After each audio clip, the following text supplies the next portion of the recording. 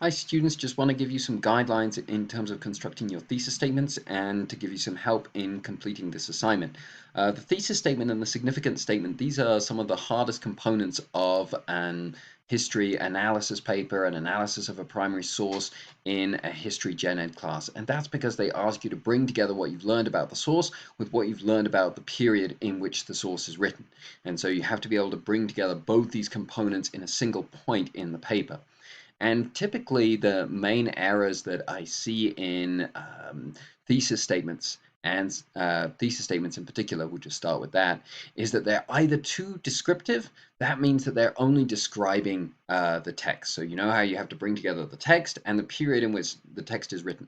If a thesis statement is too descriptive, that means it's only telling me what's in the text, and I'm not learning anything that I wouldn't have learned from reading that text myself. The other common error is that a thesis statement is too imprecise. That means that the text that's supposed to be the object of the analysis isn't present at all. Instead, the thesis statement is just focused on the broader period and isn't addressing the content of the text. So those are the two extremes that you have to try and avoid. Now, those are the two extremes to be careful of. What are some good pointers? What are some things to make sure that you do achieve in your thesis statements? First and most important thing is to make sure that you emphasize in your thesis statement that that this paper is an analysis of the source first and foremost. So you have to begin by talking about the source. The thesis statement should include the name of the source that you're analyzing. So we say the Barcae tells us something about what ancient Greece was like. So the Barcae, with its descriptions of the rites of Dionysius, tells us that ancient Greeks valued such and such.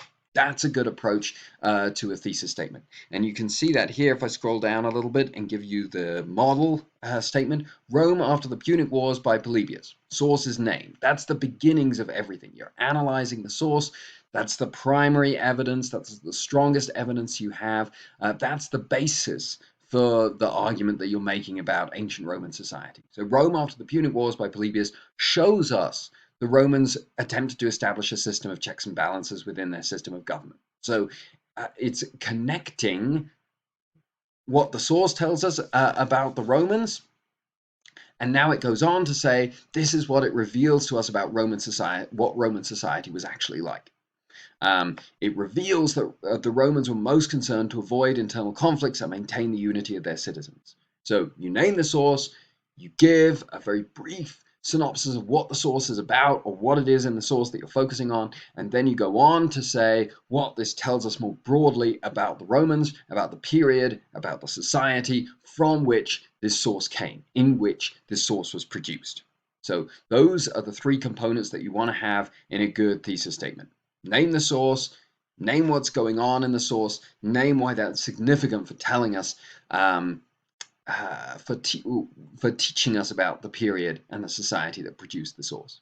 And then that third part, where you talk about the significance, that's what makes the third part here. That's what makes the significance statement. And so the significance statement is going into more detail, explaining since this is what we've learned about the source, since this is what the source emphasizes, what can we say about what this society is like? And so for this assignment, you only have to provide about a paragraph, as you can see here. Just keep in mind that when it comes to your paper, this section should be at least half a page long, ideally even a little bit longer. So make sure you keep that in mind. So as far as this assignment is concerned, I want you to study these models, the model thesis statement and significance statement that I provided for you. Then I want you to move on and look at these multiple choice questions. So in the multiple choice questions, it's going to give you a thesis statement, and these are weak thesis statements. These are thesis statements that do something bad. What you have to identify is what they're doing incorrectly. So are they too precise or are they too descriptive? So that's what I want you to do for the second part of this assignment. And then the third part is where you provide your own thesis statement and your own significance statement for the Sermon on the Mount. So don't do Polybius. For your own thesis statement and significance statement, do the Sermon on the Mount text that we're reading for the discussion board this week. Okay, hope this tutorial helps and good luck on the assignment.